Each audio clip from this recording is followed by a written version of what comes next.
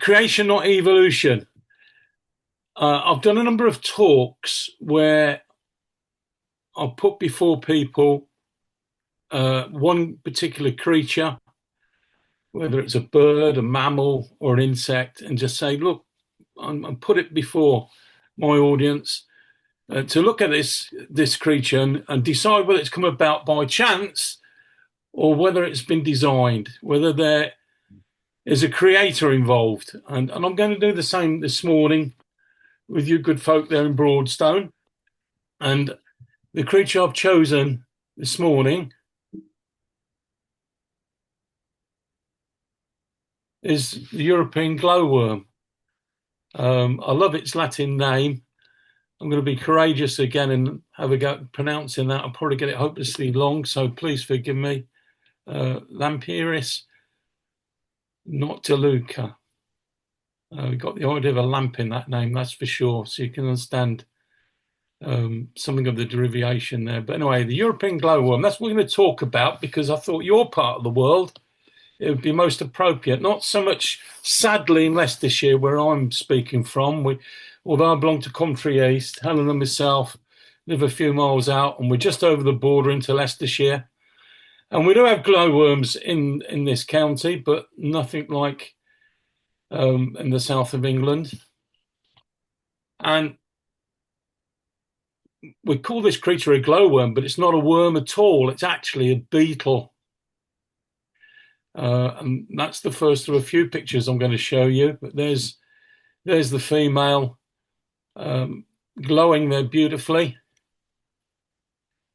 I'm just going to give you a distribution map now. And you can see, looking at that map of the British Isles, that it's in the south of England that we find glowworms.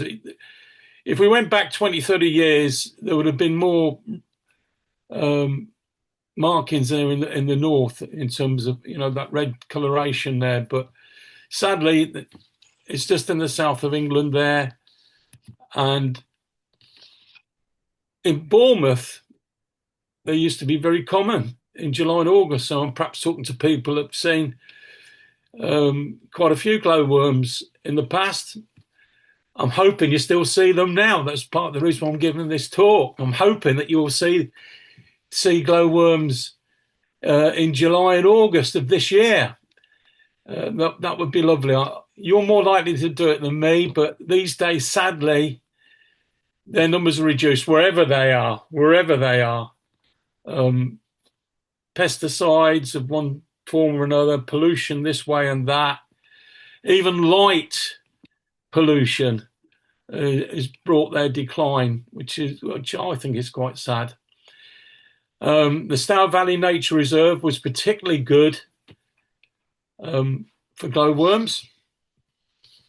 Now only occasionally spotted in the wild areas of Dorset, like Durlaston Country Park and Wareham Forest. So if they're near to you and you're out one evening, then hopefully you'll see a glowworm.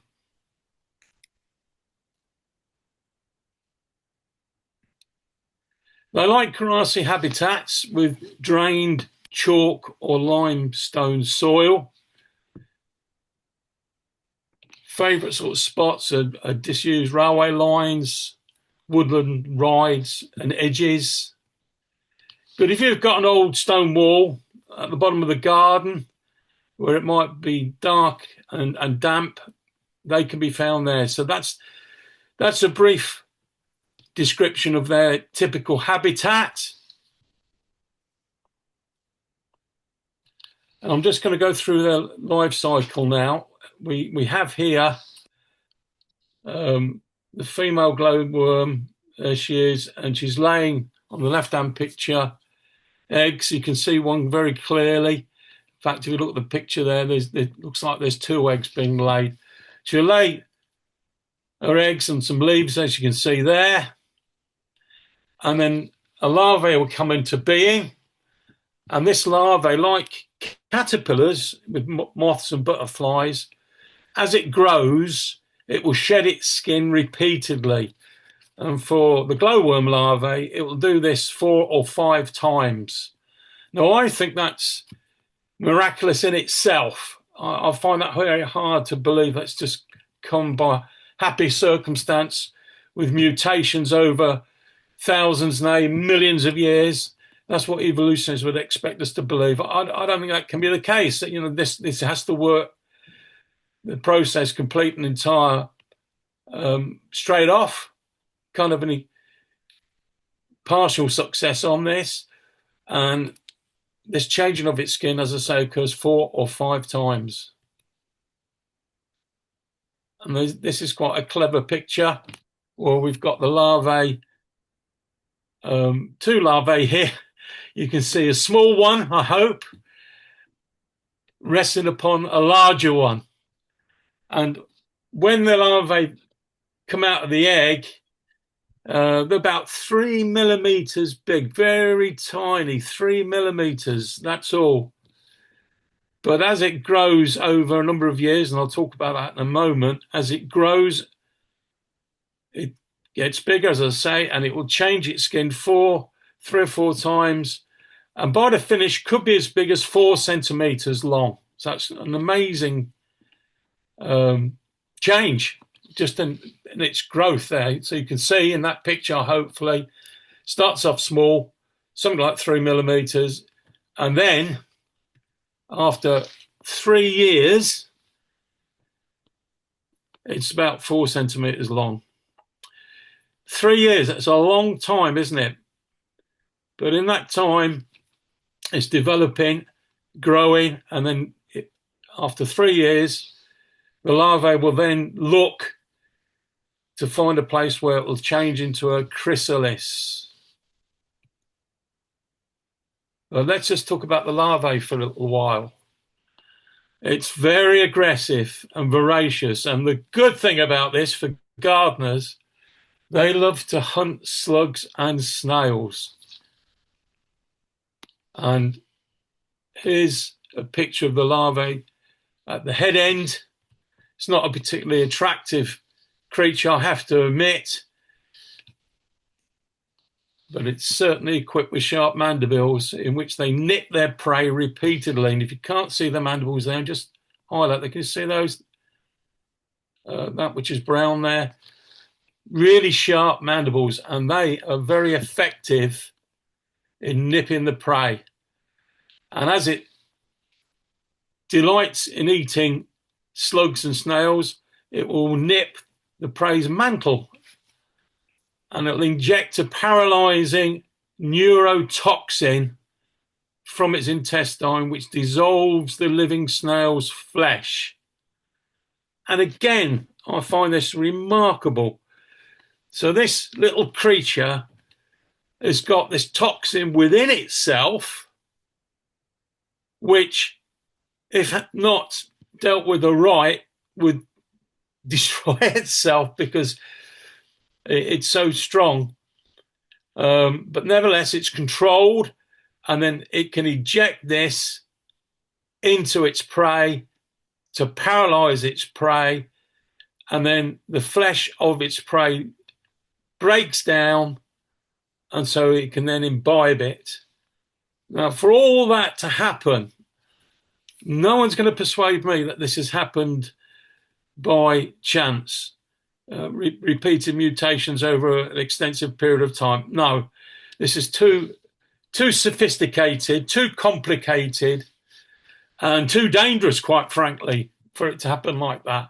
This has been designed, and we see this creature made like this from the outset.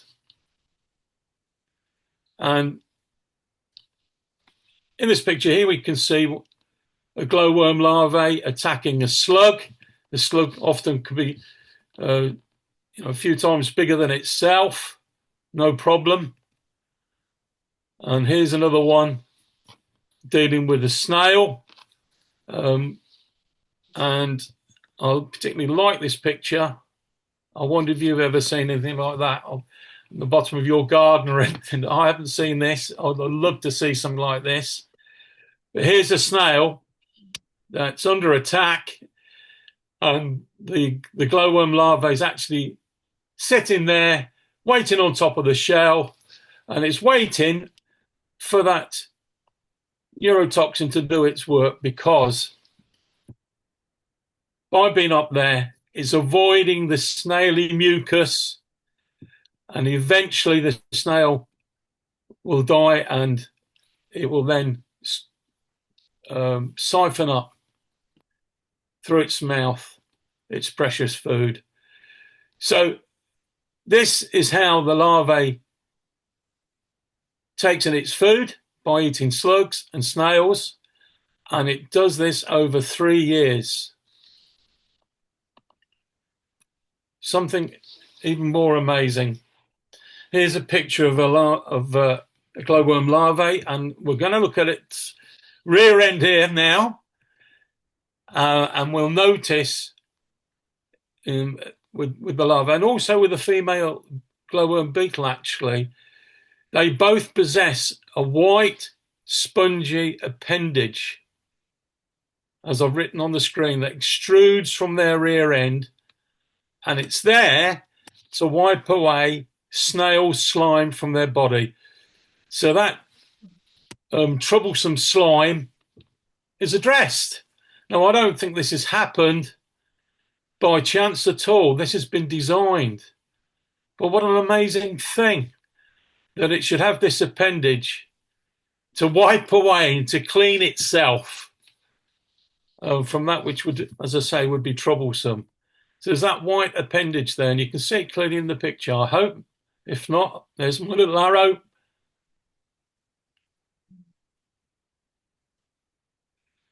Now then, at this stage in the glowworm's development, the larvae and the pupae, for instance, have the ability to glow, sometimes profusely, but that's not where we're likely to see this activity. We see the activity more easily with the adult, but they can actually emit light. Now, in spring, as I say, after 3 years, the fully grown larvae will wander in search of a suitable pupation site, and there doesn't seem to be any great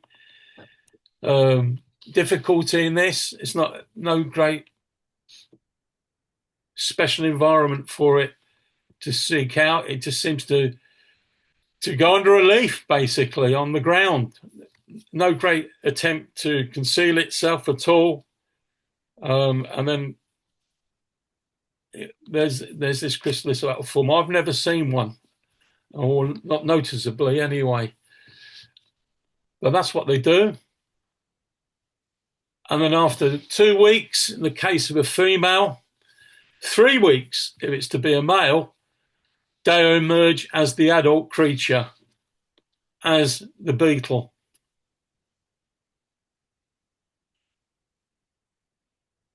And the Spirit of the Lord says through the psalmist, "By the word of the Lord were the heavens made, and all the host of them by the breath of his mouth."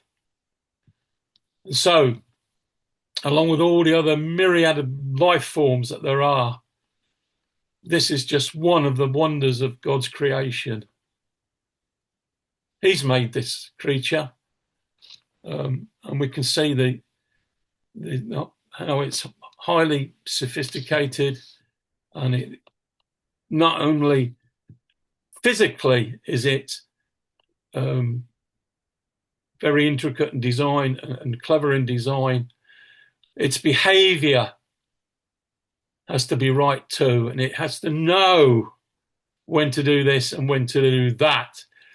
So its behavior has been programmed by the Almighty also.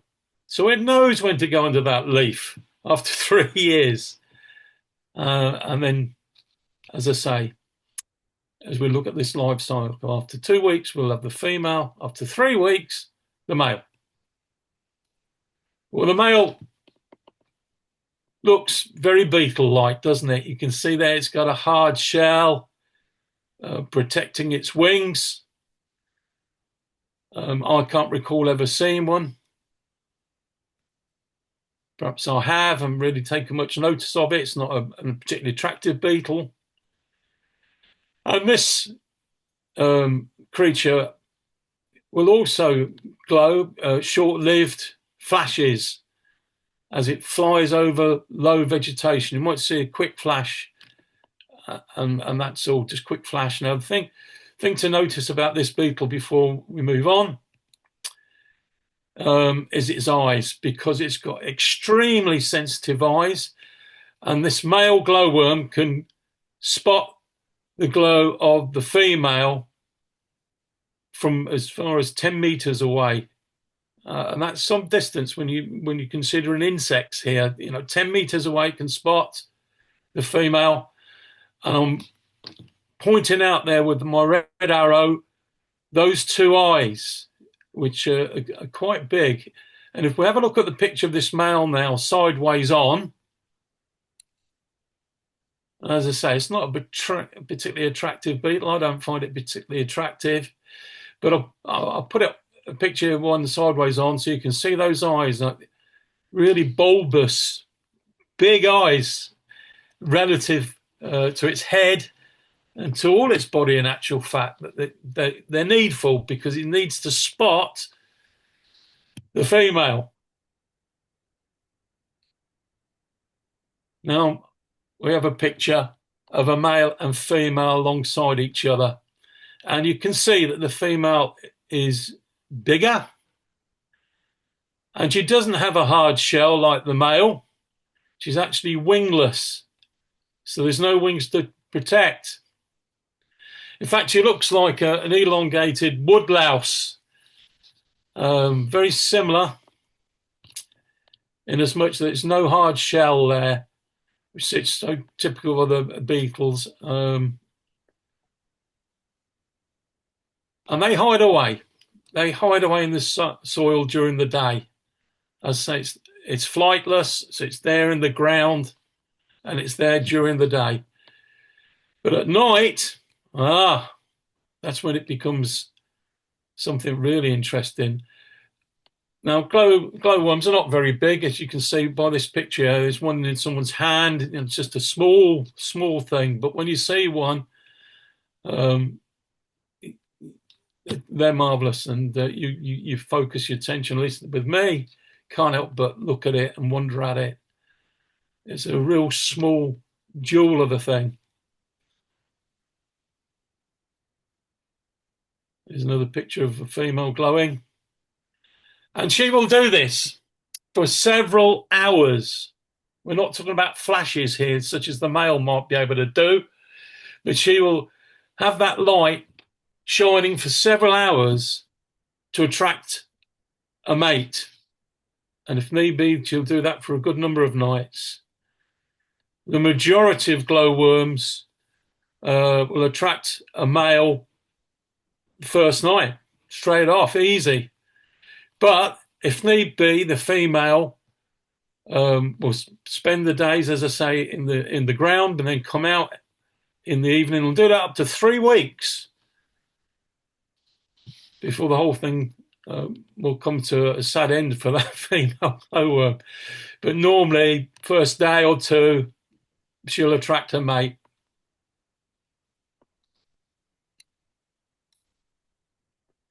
Now, we're looking at a glowworm here underneath, because I want to talk now briefly about this bioluminescence. On the underside of her tail, which she twists over so that it can be seen from above, there are 2 luminous spots. These comprise a skin window over a layer of light-producing cells with a reflective cluster of uric acid crystals. So this is truly wondrous. This should be the case. And I don't think this has just fallen into place. And it's just happened. And it took millions of years for it to occur before everything slotted just right. It's too precise. There's too much skill in this. This, to me, speaks of a creator, not evolution. This is creation. God has designed this. It's not of the Beatles' making. It's all been programmed and designed to work by greater power, much greater power than itself, and much greater power than ourselves, even the Lord God. So the skin windows over these two light-producing cells, which have a reflective cluster of uric acid crystals. Now then, the process of bioluminescence requires the presence of two chemicals. And I'm probably going to trip over these names. I have difficulty with some of these names at the best of times. I'm a little bit nervous this morning, so if I trip over these, bear with me. And hopefully you can read what I've got there on the screen anyway. But there has to be two chemicals for this to work. A pigment called luciferin and an enzyme called luciferase. When luciferin reacts with oxygen in the presence of the catalyst luciferase, a byproduct known as oxyluciferin is produced. This oxyluciferin is the luminescent light. Here's a diagram. I hope this explains it more simply. You've got luciferin and oxygen. You then got a catalyst, luciferase, and then that brings into being oxyluciferin plus light. That's how the creature is able to produce the light. It's a wonderful, wonderful chemical reaction here. This is a wonderful bit of biochemistry. There are other creatures that have this ability, and my wife Helen and myself in Trinidad a good few years back were privileged to be able to see what they call candle flies. And they can do it, these candle flies. And I have to say, in Trinidad, we found that really spectacular one evening. There were lots of them. There's just lights everywhere. Small lights, but abundant. It was just amazing. But there are other creatures, even certain jellyfish can do this. But our glowworm, that's how it gets its name. Coming towards the end of my talk, I just want to share with you now some interesting things about that light.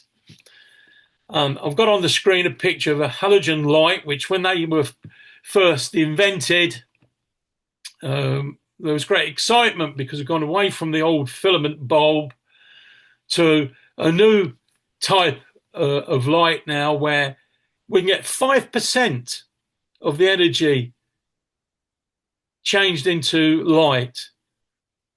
There's still 95% heat, but compared to the old filament bulbs that we had for years and years when it was 99% heat and 1% light, that was quite an advance, halogen light. So we've gone from the bulbs that went before, which was 1%, to 5%. Wonderful. But not too long after that, we get light emitting diode light, LEDs, and we're all strongly recommended these days to change our lights if we haven't done already, from halogen to LED, because they're far, far more efficient.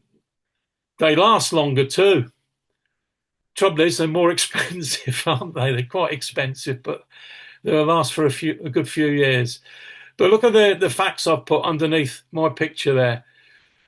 85% of the energy is transformed into light and only 15% into heat. Now, if there was quite a jump between the old-fashioned filament-type light, well, there's an even greater advance here, huge advance. You know, where there was 95% heat with a halogen light, that's gone down to 15%. And where there was 5% light produced with a halogen light, it's now 85% light with an LED for the energy. That's why they're so energy saving. That's why we're encouraged to change our halogen lights to LED lights. That's why it's happening on car lights now. Headlights are LEDs, because it's such a great saving in terms of energy. Not the heat, but rather the light. So that's very good, and man's done well to develop that. And no one has said those things have come together by chance. No one would say that's happened by a lucky throw of the dice, where you get 6 after 6 after 6 after 6 after 6, and bits of metal in, bits of... No, nobody says all this has just happened. Of course not. Manifestly obvious that these things have been thought out. A lot of thought had been put to it, a lot of skill and a lot of intelligence and design. Well, there we are. We've got LED lights, and no doubt they'll improve upon that which we have now. So what of the glowworm? The energy that the glowworm brings to bear in giving this light. How about the glowworm?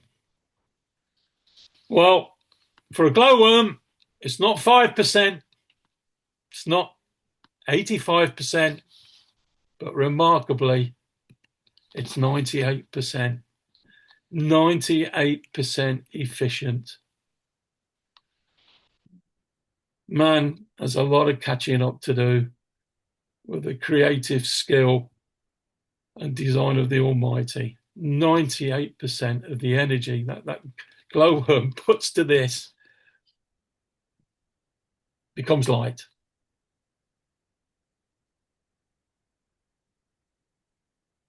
There's more I could say about the glowworm, but we're going to leave it there given our time.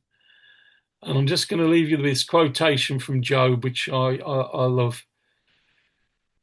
Job, it doesn't mention the glowworm here in particular, but he's just talking about the animals and the birds and so on that he sees around him. And he's talking poetically here, but his message through this is absolutely right. And it's the message I would concur with, and I put forward also. He says, "Ask now the beasts, and they teach thee, the fowls of the air, and they shall tell thee, or speak to the earth, and it shall teach thee, and the fishes of the sea shall declare it unto thee. Who knoweth not in all these that the hand of the Lord hath wrought this?" In other words, says Job, just look around you at the beasts, at the birds, at the fish, and look how they have been made. And they cry out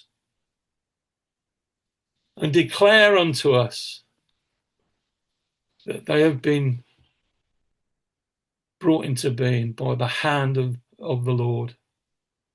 Who knoweth not in all these that the hand of the Lord hath wrought this? And so I put to you the glowworm. I hope you see one this summer. Christadelphians say creation, not evolution.